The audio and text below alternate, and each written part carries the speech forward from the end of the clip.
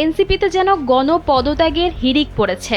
গতকাল তাসনিম জারার পদত্যাগের পর আজ খবর এলো তাসনুভা জাবিনের। তাসনুভা জাবিন তার ভেরিফাইড ফেসবুক পেজে এক পোস্টের মাধ্যমে খবরটি নিশ্চিত করেছেন। তাসনুভা জাবিনের মতে, এনসিপি মাইনাস পলিটিক্স আর ভণ্ডামি এখন দিনের আলোর মতোই পরিষ্কার। বিপ্লবের নাম দিয়ে আসলে এরা ক্ষমতার শর্টকাট খুঁজছে। এনসিপি নেতারা মুখে বিপ্লবের কথা বললেও ভেতরে তারা জুলাইয়ের স্পিরিটকে ব্যবহার করছেন।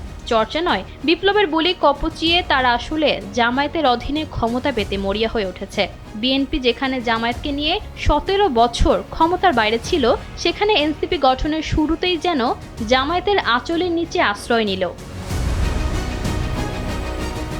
তিনি আরও বলেন, এনসিপি নেতারা নিজেদের মধ্যে কামড়াকামড়িতে এত ব্যস্ত যে দেশের জন্য কাজ করার সময় তাদের নেই। যারা আসলে মধ্যপন্থার রাজনীতি করতে চেয়েছিল তাদের আবেগী তকমা দিয়ে মাইনাস করা হয়েছে।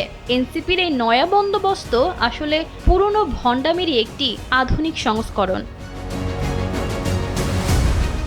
তিনি আরও জানান, ক্ষমতার কেন্দ্রে যাওয়ার জন্য যে শর্টকাট রাস্তা এনসিপি বেছে নিয়েছে তাতে সাধারণ মানুষের আস্থা ধুলোয় মিশেছে।